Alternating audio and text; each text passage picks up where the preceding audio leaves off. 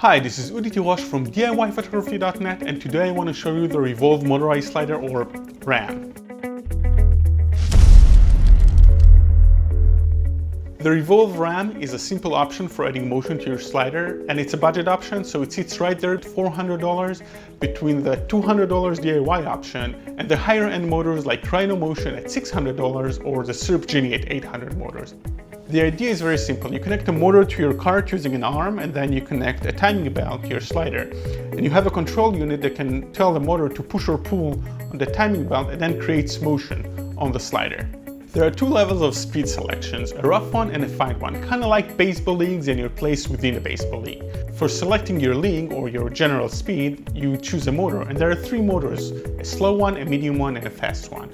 And then to select your speed within the league or your speed within the motor, there's a control unit and a knob, and you can move it from slow to fast. You probably want the slow motor for time lapses and a fast motor for live moves. The medium motor, I'm not sure you need that one.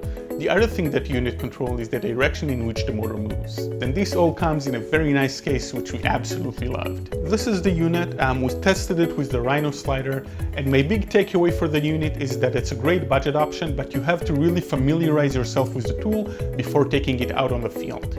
We're here taking a time lapse of the Red Sea. Eilat is behind me and Jordan is in front of me. This is a very special occasion, and what we've come here to do is to take a time lapse of the Red Sea during sunset. Setting up was relatively easy, but it required too many tools on the field. We had two Allen drives and one small screwdriver. That's too many tools for me. What I did is I printed some 3D knobs using a 3D printer, and I'm gonna put the files down there in the description. The other thing that I did is I didn't put the batteries inside the unit because filling with a small screwdriver was not very convenient. Our biggest issue with the slider was the lack of feedback. When we started out, we tried to do a very slow move, and we put the motor on its slowest speed, and actually the motor did not have enough power to pull the cart.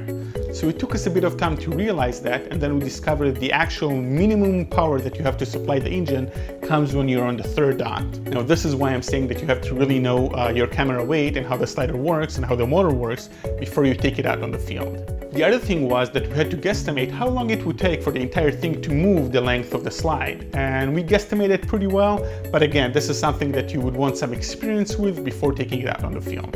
The flip side of this, of course, is that this is a very easy unit to operate. So you only need to know one thing, and this is the knob position, and you're done. No buttons, no levers, no nothing. Just remember the knob position and you're good to go. So all in all, my conclusion is this is a really nice tool for $400. The only thing is that you really have to know it and understand it and have some practice with it before you go on critical shots. I'll be seeing you around.